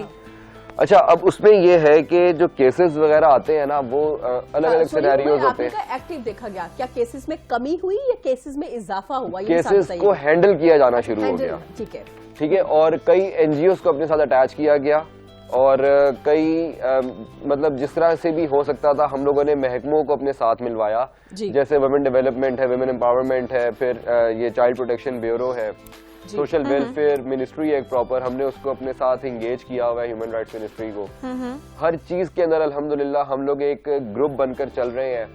اور دیکھیں, اب سیدھی سی بات ہے کہ کئی چیزوں میں نا ایک ڈرا بیک آتا ہوتا ہے ہمیشہ سے, جو میں کہتا ہوں وہ یہ ہے کہ دیکھیں کیسز جب ہمارے تک آتے ہیں نا تو ہم ان کے اوپر ایکشن لیتے ہیں. ایک ریٹ ہے, حکومتی ریٹ ہے, ہم اس سے آگے نہیں جا سکتے, ہم صرف وہی کر سکتے ہیں. ہم اس کے اوپر امپلیمنٹیشن پولیس کے تھرو یا جو ریلیٹڈ محکمہ ہوتا ہے اس کے تھرو کرواتے ہیں. اس کے بعد معاملہ کئی جگہوں پہ چلا جاتا ہے عدالت میں. تو جوڈیشری کا جو حساب کتاب ہے پھر وہ ایک ان کا اپنا پروسیس شروع ہوتا ہے, ادھر تک ہمارا کام ہوتا ہے. پھر اس کے جوڈیشری کا اگر کوئی فیصلہ فرض کریں آ گیا نا تو اس میں ہم لوگ کیا کرتے ہیں, منسٹری کو بلیم کرنا شروع کر دیتے ہیں. وہ ہمیں نہیں کرنا چاہیے, بیکاز منسٹری نے اپنا کام تو کر دیا. جہاں تک منسٹری کا کام تھا یا جس چیز کا حلف ہمارے وزیر نے لیا ہوا ہے یا میں نے بینگ اے فوکل پرسن جو کام کرنا تھا وہ ہم لوگ کر گئے ہیں. اس کے بعد جو صورتحال بنی ہے, وہ جو بھی صورتحال ہوگی, اگر وہ کوئی بھی کلپریٹ ہے, اگر وہ رہا ہوتا ہے تو وہ جوڈیشری کے کسی بیس کے اوپر ہوتا ہے, یا اگر اس کو سزا ملتی ہے تو وہ بھی جوڈیشری ہی دیتی ہے. ٹھیک ہے, آپ لوگوں کا کام ہے وہاں تک پہنچانا, ہمارا کام ہے وہاں تک پہنچانا جو ہم کر رہے ہیں. ٹھیک ہے, ٹھیک ہے. تھوڑا یہ بھی بتائیے گا, جیسے آپ نے کہا کافی ایکٹیو ہے, چیزیں جا بھی رہی ہوتی ہے. پہلے ایک ڈر ہوتا تھا نا, لوگ رپورٹ نہیں کرتے تھے اپنے کیسز کو, کیونکہ ہمارے ہاں ایک کانسیپٹ نہیں ہے, ہمیں نہیں پتا ہمارے رائٹس کیا ہے. ہم رائٹس کی بات تو کرے ہوتے ہیں, کسی انسان کو یہ نہیں پتا اس کے اپنے رائٹس ہیں کیا. اگر کوئی اس کی رائٹس کی حقوقی پامالی کر رہا ہے تو اس کو کرنا کیا ہے آیا. تو آپ کیا سمجھتے ہیں کہ اب یہ اویئرنیس لوگوں تک پہنچنا شروع ہو گئی ہے, پھیلنا شروع ہو گئی ہے؟ کافی حد تک پہنچنا شروع ہو گئی ہے. میں بہت زیادہ کبھی کبھی اچھا بھی فیل کرتا ہوں کہ مجھے, مطلب میں اس دن اپنے منسٹر صاحب جو ہمارے اعجاز عالم ہیں ان سے میں یہ ڈسکس کر رہا تھا کہ پتہ نہیں وہ گاؤں اور وہ جگہوں سے کالز آتی ہیں جن کے نام میں نے کبھی سنے بھی نہیں ہوتے کہ جی یہ ہمارا گیا ہے تو یہ اس کے لیے فلانے تھانے میں فلانے ایس ایچ او کو ذرا فون کروا دیں. ٹھیک ہے, مطلب یہ دیکھیں ایک اویئرنیس ہے کہ میرا نمبر میرے پیج سے لیتے ہیں وہ لوگ اور وہاں سے مجھے اپروچ کرتے ہیں. تو یہ اویئرنیس ہے. اچھا, اس کے علاوہ اس میں وزیر اعظم عمران خان صاحب کو بہت بڑا کریڈٹ دیتا ہوں کہ پی ایم پورٹل کو انہوں نے اتنا ایکٹیو کر دیا ہے, کہ ہم سب لوگوں کے نام اور نمبر, مطلب جس طرح کا بھی کیس ہے اویلیبل ہے ادھر, تو وہاں پر وہ اویلیبلٹی آ جاتی ہے کہ ہاں جی ٹھیک ہے, یہ آپ کا کیس اس سینیریو میں آتا ہے تو یہ اس منسٹری کے اندر اس بندے سے آپ رابطہ کر سکتے ہیں. تو بہت ایکٹیولی اللہ کا شکر ہے چیزوں کو کیا جا رہا ہے. ٹھیک ہو گیا. مفتی امجد صاحب بھی ہمارے ساتھ موجود ہے. مفتی صاحب بتائیے گا کہ اسلام انسانی حقوق کے حوالے سے اس کے بارے میں کیا کہتا ہے؟ دیکھیے, اسلام انسانی حقوق کے حوالے سے بڑا واضح ہے, اور اس نے نہ صرف والدین کے حقوق کے اوپر بات کی ہے, بیوی کے حقوق, عورت مرد کے حقوق, اور یہاں تک کہ جانوروں تک کے حقوق کو جو ہے وہ بیان کرتا ہے. بالکل. اور اگر آپ تمام حقوق کا اگر ہم موازنہ کریں تو اگر مثال کے طور پہ 10 حقوق ہیں, 100 حقوق اگر ہیں, تو اس میں سے 90% جو حقوق ہیں وہ انسانی حقوق سے متعلق ہیں. باقی 1% یا 10% جو ہے وہ اللہ تعالیٰ کے حقوق سے متعلق ہیں. اور ہم بحیثیت مسلمان, ہمارا یہ ماننا بھی ہے, یہ ایمان بھی ہے کہ اللہ تبارک و تعالیٰ مستغنی بادشاہ ہے. وہ ہر چیز سے جو ہے نا مستغنی ہے, وہ اپنے حقوق معاف کر سکتا ہے. قیامت کے دن جو ہے اپنے نماز کے حوالے سے اگر کوئی کمی کوتاہی کی ہوگی, روزے کے حوالے سے کمی کوتاہی کی ہوگی تو وہ معاف کر دے گا. لیکن انسانی حقوق جو ہے وہ اللہ تبارک معاف نہیں فرماتے, کیونکہ وہاں پہ دو جو ذات ہیں, جو 2 ہستیاں ہیں, ان کا معاملہ آ جاتا ہے. ایک تو خدا کا اور دوسرا بندے کا. خدا تو ہو سکتا ہے معاف کر دے, لیکن بندے جو ہے وہ اپنا حق معاف نہیں کریں. بالکل ایسے. آپ دیکھیے کہ اسلام کا جو لفظ ہے وہ نکلا ہی سلامتی سے ہے. سلامتی سے, یعنی مسلمان کون ہے؟ مسلمان وہ ہے کہ جس سے دوسرے والا جو ہے وہ سلامتی سے رہتا ہے. ایمان کا معنی کیا ہے؟ امن سے ہے وہ, یعنی جو آپ کو امن دے. مومن وہ ہے کہ جو امن والا ہوتا ہے. المسلم من سلم المسلمون من لسانہ و یدہ, کہ اصل یہ مسلمان کی جو ہے ڈیفینیشن رسول اکرم صلی اللہ علیہ وسلم نے بتائی کہ مومن ہوتا کیا ہے, وہ نظر کیسے آتا ہے, وہ اس کی تعریف کیا ہے. تو آپ نے فرمایا کہ جس سے دوسرا مسلمان, جس سے دوسرا انسان جو ہے وہ محفوظ ہو, اس کی زبان سے اور اس کے ہاتھوں سے. تو ہمیں ان تمام چیزوں کا خیال رکھتے ہوئے جو آج کے دن کے حوالے سے بھی بات ہم کریں گے کہ انسانی حقوق کے بارے میں, تو اس چیز کا ہم نے جائزہ لینا ہے کہ آیا ہم اس تعریف پر پورا اترتے بھی ہیں کہ نہیں. یعنی یہ جو مسلمان کی تعریف ہے, کیا ہم اپنے بیوی کے حقوق, کیا ہم اپنے پڑوسیوں کے حقوق, کیا ہم دوسرے لوگوں کے حقوق پورے کر بھی رہے ہیں یا نہیں کر رہے؟ جی. انسان اور پتھر میں یہی فرق ہے, حساسیت کا فرق ہے کہ انسان جو ہے وہ حساس ہوتا ہے اور پتھر میں یہ حساسیت نہیں ہوتی. تو آپ کو جو اشرف المخلوقات بھی کہا گیا ہے وہ اسی وجہ سے کہا گیا کہ یہ ٹرم آپ کے اوپر اس وقت صادق آئے گی کہ جب آپ سے ہر طرح کی مخلوق محفوظ ہوگی, جب آپ کے ہاتھوں سے, آپ کے جسمانی اعضاء سے دوسرا انسان جو ہے, دوسرا مسلمان جو ہے وہ محفوظ رہے گا, یہاں تک کہ جانور بھی محفوظ رہیں گے, تو تب آپ اشرف المخلوقات کی کیٹیگری میں اس کی تعریف میں آئیں گے, ادروائز نہیں آ سکتے. تو میں سمجھتا ہوں کہ یہ خوبصورت دین جو ہے انسانی حقوق کا جو ہے وہ علم بردار دین ہے. اور پھر رسول اکرم صلی اللہ علیہ وسلم نے جس طرح حجۃ الوداع کے موقع پر یہ ارشاد فرمایا کہ کسی کالے کو گورے پر اور کسی اجمی کو جو ہے وہ عربی پر کوئی فوقیت حاصل نہیں ہے. صرف تقوی کی بنیاد پر ایک شخص دوسرے شخص سے بڑھ سکتا ہے, نہ رنگ کی وجہ سے, نہ نسل کی وجہ سے, نہ مذہب کی وجہ سے جو ہے وہ کسی سے آگے بڑھ سکتا ہے. اس میں بلا تفریق جو ہے اسلام نے جو ہے ایک لکیر کھینچ دی ہے کہ اس معاملے میں جو ہے کوئی کمپرومائز نہیں کیا جا سکتا کہ یہ شخص برتر ہے کیونکہ یہ گورا ہے, یہ شخص جو ہے برتر نہیں ہے کیونکہ یہ کالا ہے. اس طرح کی تفریق جو ہے مکمل طور پر اس کا خاتمہ کر دیا. بالکل. اور مفتی صاحب, اسلام میں تو غیر مذہب جو لوگ ہیں ان کے لیے بھی واضح طور پہ ان کے حقوق بھی بتا دیے گئے کہ آپ کسی کو ہرٹ نہیں کر سکتے. اگر کوئی اپنا عبادات کرنا چاہتا ہے اپنی اپنی پلیسز پہ جا کے تو وہ بھی کر سکتے ہیں, اس میں کوئی برائی یا کچھ اس طرح کی روک ٹوک نہیں ہے. آپ کیا سمجھتے ہیں کہ جو ہماری ڈیفینیشن ہے, کیا آج ہم جس ملک میں رہ رہے ہیں وہاں پہ رہتے ہوئے کیا ہم اس ڈیفینیشن پہ پورا اتر رہے ہیں جو مسلمان کی ایک تعریف ہے, اس کے علاوہ جو اسلام میں بتا دیا گیا ہے رائٹس کے حوالے سے, کیا ہم وہ رائٹس پورے کر پا رہے ہیں؟ دیکھیے حالات سے تو یہی لگتا ہے کہ پورے نہیں کر رہے ہم, یعنی ہمارے لیے یہ یا ہم تعریف سمجھ ہی نہیں پا رہے.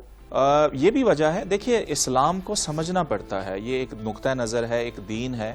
ہمارا معاملہ یہ ہے کہ ہمیں چونکہ یہ پکی پکائی کھیر مل گئی ہے, اس پر ہم نے چونکہ غور و فکر نہیں کیا, ماں باپ کو جیسے دیکھا, اپنے علماء کرام کو جیسے دیکھا اور اس کو سن لیا اور پھر ہم دین پر عمل پیرا ہونا شروع ہو گیا. دین کو ہم نے ڈسکور نہیں کیا ابھی تک, یعنی اس کو دریافت کرنے کی ضرورت ہے.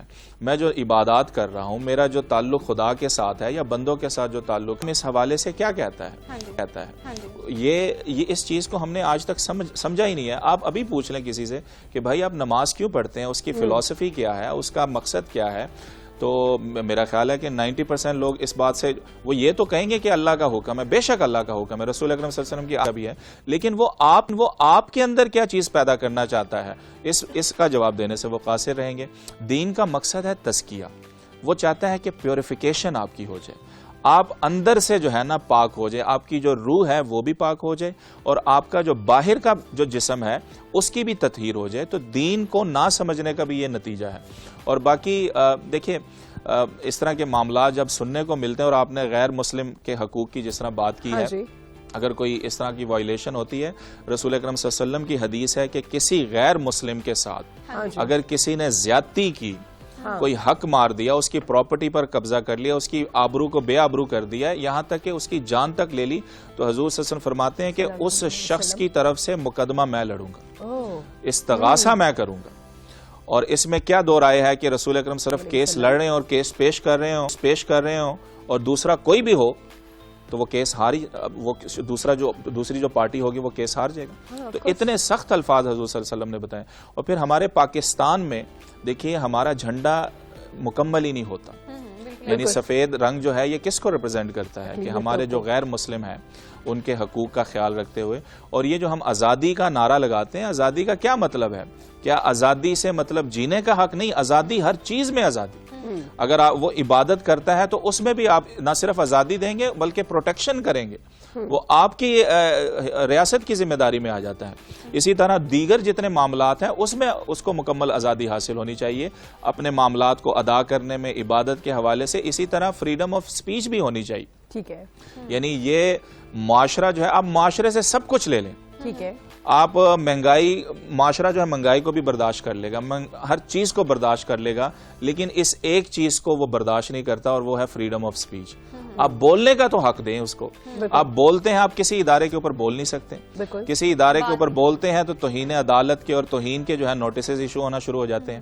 آپ کسی مذہب کے کسی بھی نقطہ نظر کے اوپر آپ بات کرنا چاہیں تو آپ کے اوپر فتوے آنا شروع ہو جاتے ہیں, آپ کے اوپر احتجاج ہونا شروع ہو جاتا ہے. مفتی صاحب, فریڈم آف اسپیچ کا بھی ایک دائرہ کار ہے نا, ایک کرائٹیریا بنا دیا گیا ہے نا کہ آپ اپنی بات اگر کنوے کرنا چاہتے ہیں یا آپ کسی بھی بات کو کسی پہ آواز بلند کرنا چاہتے ہیں تو اس کا بھی ایک طریقہ کار ہوتا ہے نا. ایسے تو نہیں ہے کہ آپ کسی کو پکڑ کے مارنا شروع کر دیں یا کہنا شروع کر دیں ہم آپ کی بات نہیں مانتے. کوئی دلائل ہوتے ہیں, کوئی بات ہوتی ہے. بالکل میں مطلب اسی کی بات کر رہا ہوں کہ جو آدمی اپنی آواز اٹھا رہا ہے یا کوئی بات کر رہا ہے وہ کوئی آرگیومنٹس کے ساتھ ہی کر رہا ہے نا, یعنی وہ مجنون اور دیوانہ تو نہیں ہے کہ ہوا میں جو ہے باتیں کرنا شروع کر دے گا. اس کی بنیاد ہوتی ہے اس کی دلیل کو سنا جائے. مفتی صاحب, اس پہ بلاسفیمی کا ایک آپ لگا کے اس کو پھر ایون قتل تک بھی لے جاتے ہیں. دیکھیے نقطہ نظر آپ بیان کرنے کا اللہ تبارک و تعالیٰ نے آپ کو حق دیا ہوا ہے, یعنی یہ اللہ کی جو کریشن جو پلان ہے, اگر آپ کسی کو روکنے کی کوشش کرتے ہیں، اللہ نے یہ حق مجھے دیا ہے، اللہ نے مجھے یہ حق دیا ہے کہ میں جس نقطہ نظر کو چاہوں اپناؤں، جس نقطہ نظر کو چاہوں نہ اپناؤں. بالکل ٹھیک ہے. یہ اس دنیا کا جو پیٹرن بنایا گیا ہے، اللہ تعالیٰ نے جو ایک امتحان کی دنیا آپ پھر تو امتحان ختم ہو گیا. اگر آپ نے فیصلہ یہیں پہ کرنا ہے تو قیامت والے دن پھر قیامت کا دن پھر لانے کی ضرورت کیا ہے؟ اگر آپ نے یہیں پہ ورڈ لانا ہے تو ہر آدمی کو یہ حق حاصل ہے کہ وہ اپنا نقطہ نظر بیان کرے، اپنا اوپینین بیان کرے. وہ دلائل جو بھی دے رہا ہے، یعنی بجائے اس کے فتویٰ لگانے کے، آپ ان دلائل کو سنیں، ان دلائل کا جواب دیں، آپ تحمل کے ساتھ جواب دیں. دیکھیں ہم جو کیا کہتے ہیں اس کے ادب جو آداب بتائے گئے ہیں نا، کہ اپنا پیغام پہنچانے کے، تبلیغ کرنے کے، اس سے ناواقف ہیں.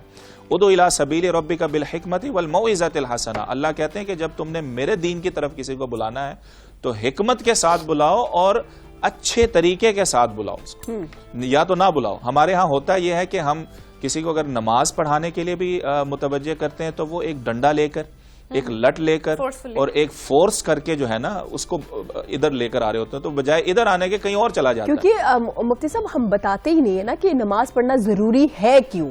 ہم نے کبھی اس کی ڈیفینیشن ہی نہیں بتائی کہ اسلام میں ہمیں نماز کا کیوں کہا گیا، حکم کیوں آیا. ہم کہتے ہیں جی نماز پڑھنی ہے تو بس پڑھیں، کیونکہ پڑھنی ہے تو بس فرض ہے، بس پڑھ لیں. دیکھیں اہمیت کو بیان کریں. دیکھیں آپ اپنے بچے کو اس طرف لانا چاہتے ہیں، آپ کا بچہ آپ کی بات نہیں سن رہا تو آپ اس کی اہمیت کو بیان کریں. اگر وہ جھوٹ سے باز نہیں آ رہا تو اس کی قباحت کو بیان کریں کہ بچے کل کو آپ کے اوپر کوئی اعتماد نہیں کرے گا.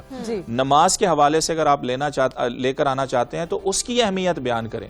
یعنی بجائے اس کے کہ آپ ڈنڈا لے کر، دیکھیں وہ نماز پڑھنا شروع کر دے گا، وہ دین کے احکام پر عمل کرنا بھی شروع کر دے گا، لیکن وہ جو کہتے ہیں نا دل سے پڑھنا، وہ جو کہتے ہیں کہ معنی کے ساتھ پڑھنا، وہ جو کہتے ہیں کہ شخصیت کے ساتھ آپ کی شخصیت بھی اس عبادت میں شامل ہو جاتی ہے، وہ چیز پھر نہیں رہتی. اور آرام سے آپ لے کر آئیں. یعنی آپ کا کام صرف دعوت دینا ہے، آپ کا کام صرف تبلیغ کرنا ہے، باقی ہدایت کا کام یہ اللہ تبارک و تعالیٰ کی ذمہ داری. آپ فیصلہ نہ کریں، آپ ہر آدمی کو جو ہے عدالت کے کٹہرے میں لا کر جو ہے اس پر کوئی قانون نافذ کرنے کی کوشش نہ کریں. آپ نے دعوت دے دی، آپ نے پیغام پہنچا دیا، آپ بار بار پیغام پہنچا رہے ہیں، اس کے بعد اللہ پر چھوڑ دیں اور اس پر چھوڑ دیں. اللہ چاہے گا ہدایت دے دے گا، اگر اس کے اندر سنجیدگی ہوگی تو وہ خود اس جو ہے میدان میں آ جائے گا. بالکل ایسے ہی، بس اپنے حصے کی شمع جلاتے جائیں جو فوراً سے ججمنٹل ہو جاتے ہیں اور اپنے کہہ لیں کہ آئیڈیاز یا اپنے جو جتنے بھی ہمارے پوائنٹ آف ویوز ہوتے ہیں دوسروں پہ تھوپنا شروع کر دیتے ہیں. کائنڈلی اس سے پلیز اگر آپ اوائڈ کریں تو یہاں وقت تو ایک چھوٹی سی بریک سے واپس آئیں گے، مزید کریں گے آپ سے بات. دیکھتے رہیے پاکستان کے ساتھ.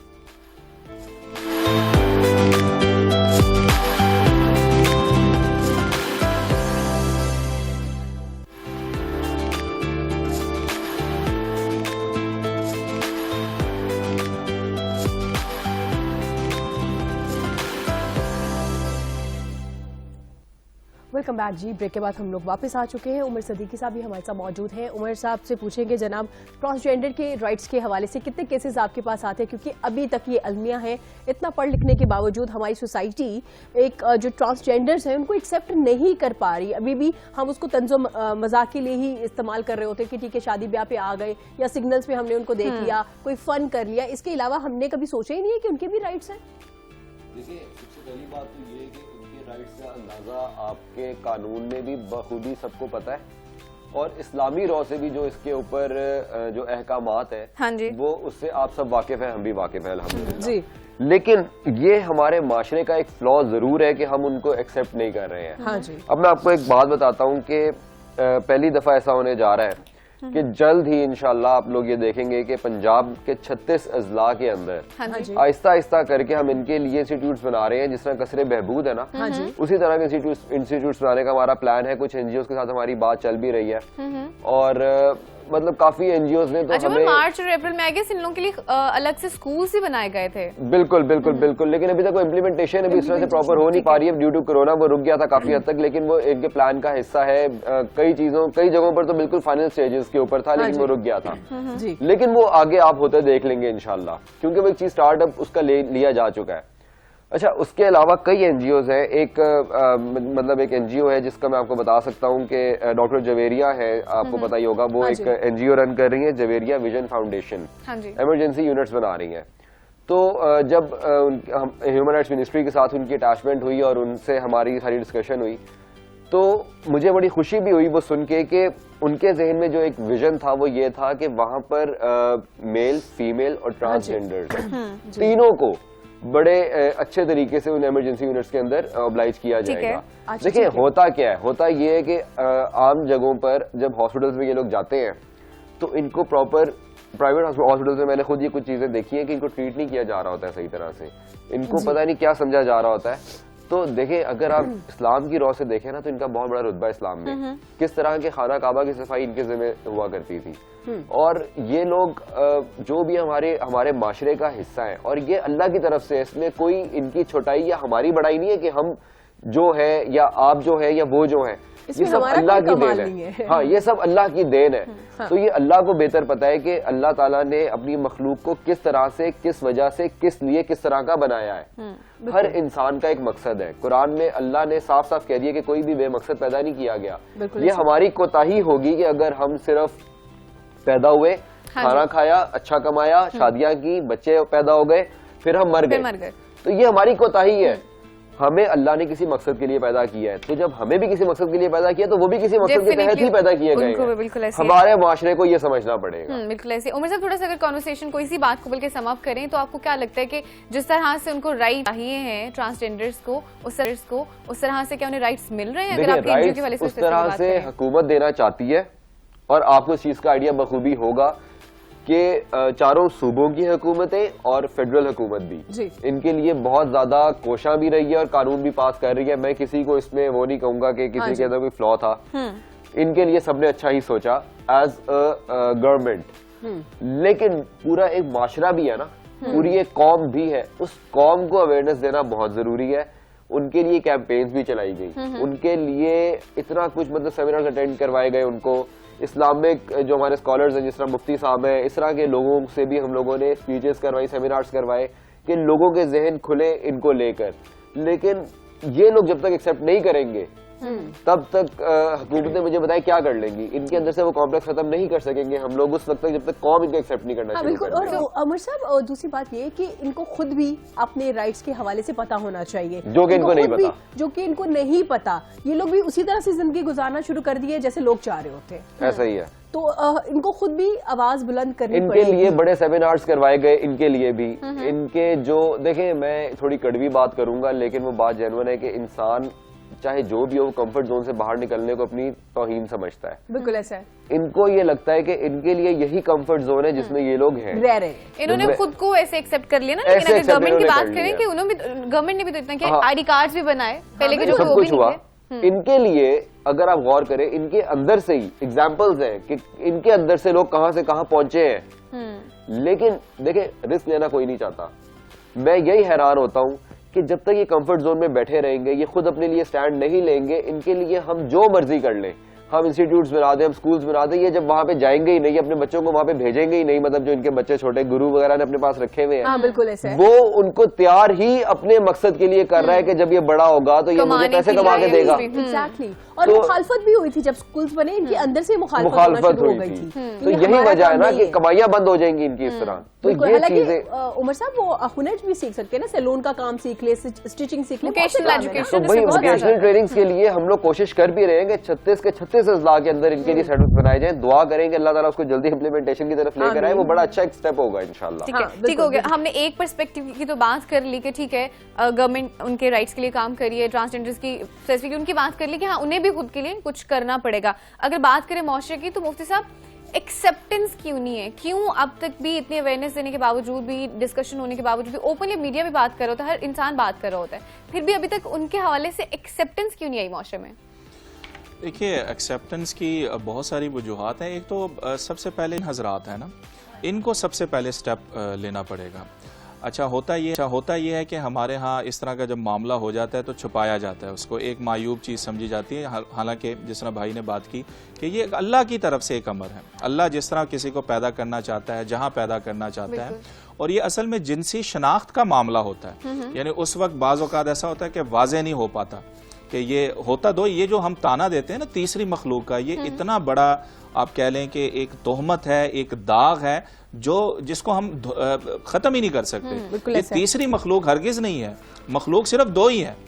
یعنی جو اسلام کہتا ہے اور جو مذہب کہتا ہے اور جو سائنس کہتا ہے، یا عورت ہے یا مرد ہے. بالکل. بس یہ ہوتا ہے کہ جنسی شناخت کا ذرا مسئلہ ہو جاتا ہے کہ واضح نہیں ہو پا رہا ہوتا، بعد میں چیزیں جو ہے وہ واضح ہونا شروع ہو جاتی ہیں. تو سب سے پہلے تو والدین کو آگے بڑھ کر ان کو انکریج کرنا چاہیے. یعنی ہمارے ہاں تو کئی برسوں تک یہ چھپایا جا رہا ہوتا ہے کہ بچہ یوں ہے یا وہ. یہ مسئلہ ہے نا کہ پیرنٹس بھی نہیں اس چیز کو ایکسپٹ، جب پیرنٹس نہیں ایکسپٹ کریں گے پھر معاشرہ کہاں سے ایکسپٹ کرے گا.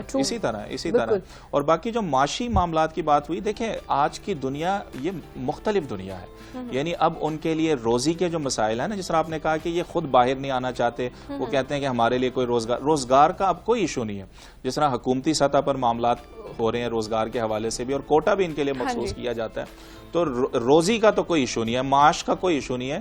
یہ دنیا بڑی وسیع دنیا بن چکی ہے، آپ گھر بیٹھے جو ہے نا کمائی کر سکتے ہیں. تو اس چیز میں ان کو ایک تو خود بھی آگے بڑھنا ہے، والدین کو بھی آگے بڑھ کر جو ہے نا ان کی حوصلہ افزائی کرنی چاہیے. اور پھر میں خاص طور پر ممبر و محراب پر جو بیٹھے ہوئے افراد ہیں، علماء حضرات ہیں، اسکالر حضرات ہیں، اور پھر آپ کا الیکٹرانک میڈیا، دیکھیے ہم سب کو مل کر اس چیز کا جو ہے ان کے حقوق کے لیے جو ہے وہ بات کرنی چاہیے. اگر آپ کہتے ہیں کہ نہیں صرف ٹی وی پہ بیٹھ کے یہ معاملات حل ہو جائیں، اس طرح نہیں ہوگا. لیکن جب تک یہ روایت کا حصہ نہیں بنے گی چیز، جب تک روایت نہیں بنتی آپ کچھ نہیں کر سکتے. گھر کے اندر اسٹوڈیو میں بیٹھ کر آپ بات کر لیں گے، لیکن جیسے ہی آپ باہر جاتے ہیں اور لوگوں کو دیکھیں گے تو وہ دوسرے معاملات میں پڑ رہے ہوتے ہیں. تو جب تک روایت کا حصہ یہ نہیں بنے گی، جب تک گھر سے بھی یہ آواز نہ اٹھے، جب تک الیکٹرانک میڈیا سے بھی وہی ایک آواز نہ اٹھے، اور جب تک گلی محلے میں بھی جب تک یہ ایک آواز سب کی نہیں ہوگی، تب تک یہ روایت کا حصہ نہیں بن سکتے. اور ان کے حقوق کے حوالے سے ہم کچھ نہیں کر سکتے. اور آوازیں بڑی اٹھتی ہیں بیسیکلی کہ ہم لوگ پریکٹیکلی اس پہ عمل نہیں کر رہے. ہاں بالکل. اور مفتی صاحب جب رائٹس کی بات کی ہے تو وہیں پہ پھر ان کی کچھ ذمہ داریاں بھی ہوں گی سوسائٹی میں رہتے ہوئے. کیونکہ جب میں یا رافعہ یا آپ یا عمر اپنی رائٹس کی بات کرتے تو ہم پہ ایک ذمہ داری ہوتی ہے نا سوسائٹی میں رہنے کے لیے. ہمارا مسئلہ یہ ہے کہ ہم ہمیشہ رائٹس کی بات کرتے ہیں، ہم کبھی بھی اپنی ذمہ داریوں کی بات ہی نہیں کرتے کہ ہم پہ یہ ذمہ داریاں بھی لاگو ہیں. اسلامک پوائنٹ آف ویو سے مفتی صاحب ایک سوال کرنا چاہوں گی کہ جیسے تمام لوگوں کے ہم ہمیشہ حقوق کے حوالے سے بات کرتے ہیں، خواتین کے، بچوں کے، ماں باپ کے، پیرنٹس کے، ہمیشہ اعتراض بھی آتا ہے کہ مرد حضرات کے رائٹس کے بارے میں بات نہیں کی جاتی، نہ ہی کوئی ایسی این جی او بنائی گئی ہے جس میں اگر کسی مرد حضرات کے ساتھ کوئی تشدد ہو جائے یا خاتون اسے اچھا بہیو نہ کر رہی، اس کو بلیک میل کری، تو ان کے بھی تو رائٹس ہیں نا. تو آج تھوڑے مردوں کے رائٹس کے حوالے سے بھی بات کی جائے. دیکھیے مرد حضرات جو ہیں یقیناً بالکل مردوں کے ساتھ بھی بعض اوقات کیس سننے کو ملتے ہیں، اس طرح کے معاملات ہو جاتے ہیں. لیکن چونکہ ہم نے ہماری سوسائٹی نے خاص طور پر عورت کو جو ہے ایک برتر مخلوق جو ہے، یعنی کمتر مخلوق جو ہے وہ سمجھا ہوا ہے. برتر مخلوق ہم اپنے آپ کو ہی سمجھتے ہیں. اور اس کی شاید وجہ یہ بھی ہے کہ قدیم زمانے سے ہی ہم نے دیکھا ہے، انسان نے دیکھا کہ جو معاشی ذمہ داریاں ہیں وہ مرد ہی سنبھالتا رہا ہے. جنگ میں بھی، قتال میں بھی مرد حضرات ہی جاتے رہے ہیں، اور یعنی جو سخت قسم کا کام ہے وہ مرد سنبھالتا رہا. تو شاید اس وجہ سے انسان نے یہ سمجھ لیا کہ مرد جو ہے وہ برتر مخلوق ہے اور عورت شاید خدا نخواستہ کمتر مخلوق ہے. جبکہ اسلام اس حوالے سے بالکل واضح ہے. وہ ایک تو احترام دیتا ہے کہ خاص طور پہ ماں کا جو احترام ہے وہ باپ کو نہیں دیا گیا اس طرح، ٹھیک ہے. جس طرح حدیث میں بیٹیوں کے بارے میں بات کی گئی ہے کہ اگر کوئی اس کی تربیت کر لیتا ہے تو حضور صلی اللہ علیہ وسلم کے الفاظ ہیں کہ میں اس کے اتنے ہی قریب ہوں گا جس طرح یہ 2 انگلیاں جو ہے قریب ہے. بیٹے کے بارے میں کوئی ایسی حدیث ہمیں پڑھنے کو نہیں ملتی، سننے کو نہیں ملتی. اسی طرح بہت سارے معاملات ہیں. یعنی آپ یہ کہہ سکتی ہیں کہ کوئی ایکسیپشنل کوئی ایک آدھا کیس ہوگا جو مرد کے حوالے سے ہوگا، نہیں تو خواتین کے ساتھ ہی زیادہ تر اس وجہ سے زیادتی کی جاتی ہے کہ وہ کمتر مخلوق ہے. اور پھر یہ ہر معاملے میں ہوتا ہے. یعنی آپ دیکھ لیں کہ اگر شادی سے انکار کر دیا جاتا ہے تو اسے سزا اور تشدد کیا جا رہا ہوتا ہے، تیزاب کی صورت میں اس کو سزا دی جا رہی ہوتی ہے. اگر وہ اپنی مرضی سے جو ہے وہ کچھ کر لے تو پھر غیرت کے نام پر جو ہے اس کو سزا دی جا رہی ہوتی ہے. گھر سے باہر وہ نکلتی ہے کمانے کے لیے تو ہم بڑی عجیب نظروں سے اس کو دیکھ رہے ہوتے ہیں. تو خواتین ہمارے معاشرے کی میں اگر بات کروں تو وہ واقعتاً جو ہے وہ ایک پسی ہوئی مخلوق ہم نے اس کو بنا دیا ہوا ہے. جبکہ اسلام اس بارے میں بالکل واضح ہے کہ ہو سکتا ہے کہ اور معاملات میں کوئی ذمہ داریوں کے حوالے سے ان میں اور ہم میں فرق ہو، لیکن احترام کے حوالے سے، حقوق کے حوالے سے. اور آپ نے بالکل درست بات کی کہ ہم حقوق کی تو بات کرتے ہیں، یعنی یہی فرق جو ہے اسلام میں اور مغرب میں ہے کہ مغرب ہمیشہ جو ہے رائٹس کی ڈیمانڈ کر رہا ہوتا ہے کہ جی میرا یہ حق آپ پورا کریں، میرا یہ حق آپ پورا کریں، جبکہ اسلام کہتا ہے کہ اپنی ذمہ داریوں کو ادا کریں. یعنی آپ بحیثیت باپ کیا کیا ذمہ داریاں ادا کریں گے. تو حقوق مانگنے سے پہلے حقوق دینا پہلے سیکھیں. بالکل ایسے ہی ہے. وہ جس طرح مشہور جملہ ہے نا کہ محبت مانگنے سے نہیں ملتی بلکہ محبت بانٹنے سے ملتی ہے. تو آپ اس کو پہلے دے تو صحیح، آپ کچھ دیں گے تو ریٹرن میں آپ کو کچھ ملے گا. ہاں بالکل. اور عمر صدیقی صاحب، کیونکہ آپ کے پاس کافی کیسز بھی آ رہے ہوتے ہیں، آپ لوگ اس کو سورٹ آؤٹ بھی کر رہے ہوتے ہو، جیسے کہ آپ نے ذکر کیا کہ عدالت تک لے کے جانا ہمارا کام ہوتا ہے، آگے انصاف ملنا یا جو بھی وہاں پہ ججمنٹ آتی ہے وہ ان کی ذمہ داری ہے، ہماری نہیں ہے. تو کس طرح کے کیسز زیادہ آ رہے ہیں آپ لوگوں کے پاس؟ کون سے ایسے کیسز ہیں جن پہ کام کرنے کی بہت ضرورت ہے؟ خواتین کے حوالے سے، گھریلو تشدد کے حوالے سے زیادہ کیسز آتے ہیں. تیزاب گردی ہمارے ہاں بڑا ایک رجحان اس کا بھی سٹارٹ ہو چکا تھا. ابھی کون سے ایسے کیسز ہیں جن کو آپ زیادہ فیس کر رہے ہیں؟ دیکھیے کیسز تو ہر قسم کے بہت آتے ہیں، لیکن ایک کیس جس پہ میں چاہتا ہوں کہ خواتین کو سٹینڈ لینا چاہیے، ہاں جی، وہ دیہاتوں میں اور تھوڑا رورل ایریاز میں اگر آپ چلے جائیں، ہاں جی، تو وہاں پہ جو ظلم اور تشدد ان کے خاوند یا ان کے خاوند کی فیملیز یعنی کہ ان کے بھائی تک عورتوں پہ کر رہے ہوتے ہیں، تو اس کو عورتوں کو سٹینڈ کسی حد تک لینا پڑے گا. یہ سٹینڈ نہیں لیتی ہیں. یہ خواتین جب تک سٹینڈ خود نہیں لیں گی یہ کام ان ایریاز میں تو نہیں رکے گا. شہر میں الحمدللہ صورتحال بہت بہتر ہے شہروں کی سائڈ پہ.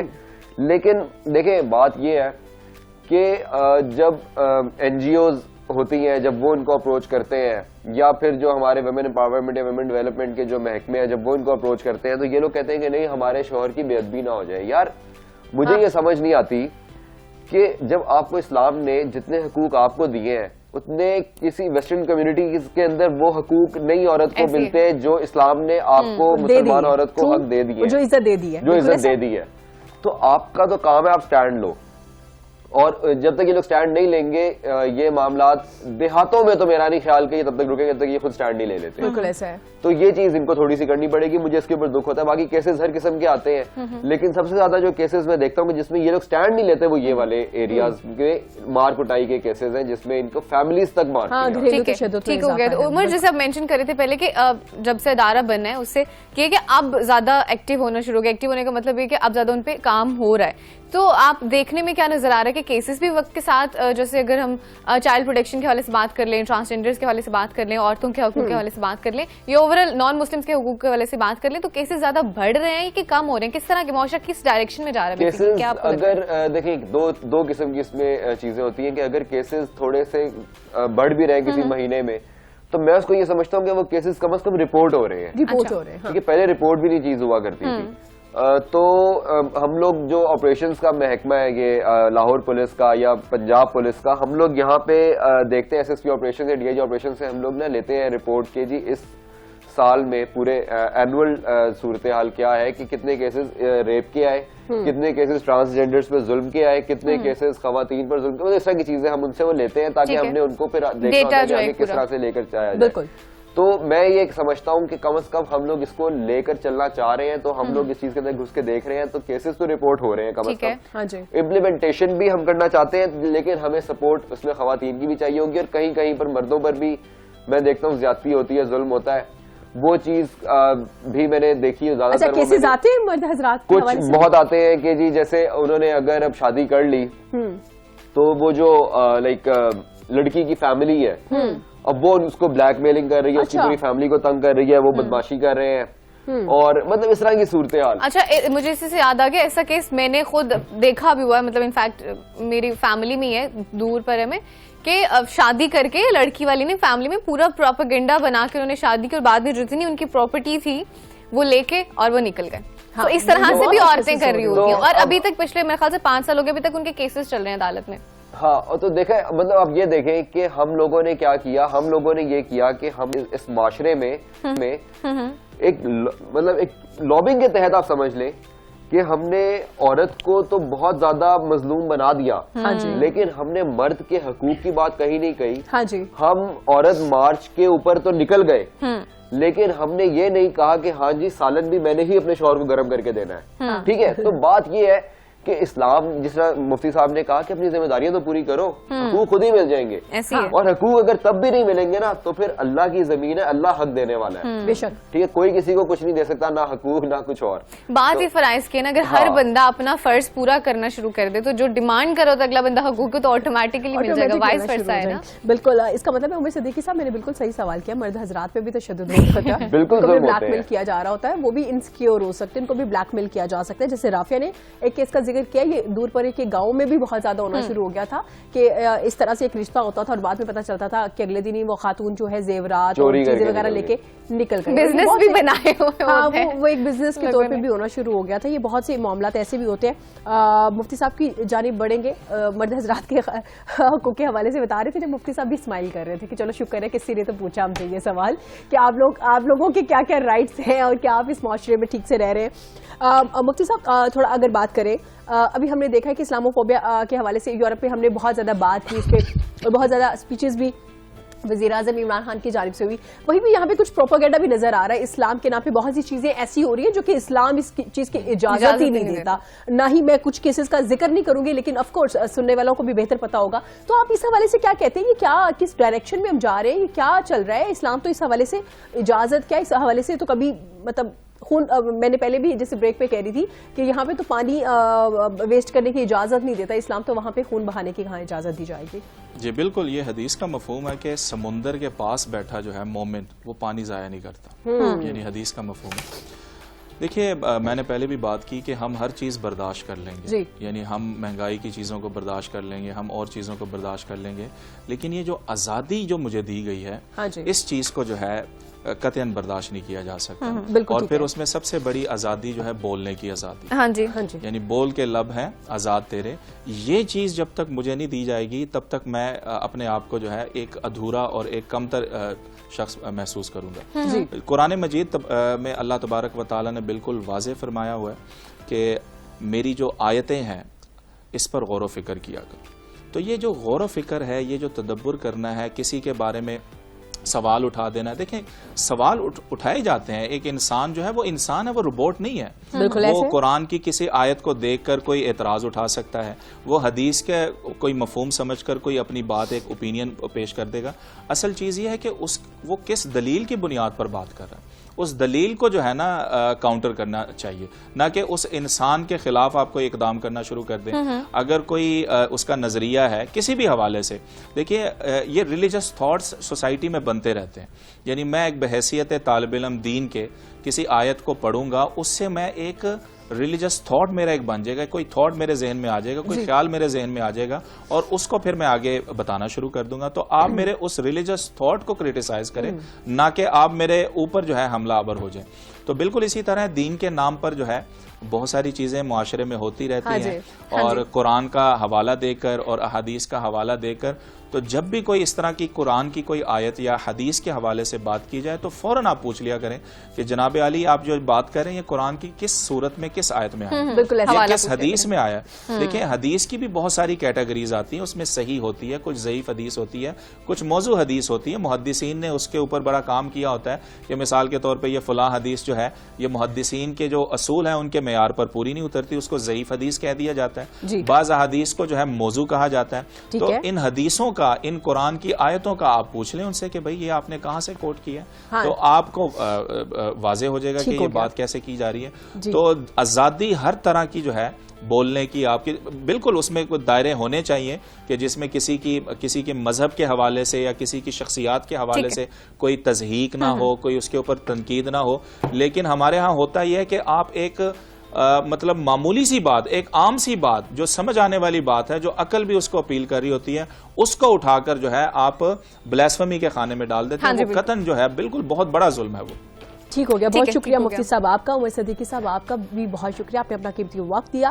ناظرین اسی کے ساتھ مجھے اور رافع کو دیجیے اجازت, کل پھر حاضر ہوں گے. اپنا رکھیے گا بہت زیادہ خیال. اللہ حافظ. Take care of yourself. اللہ حافظ.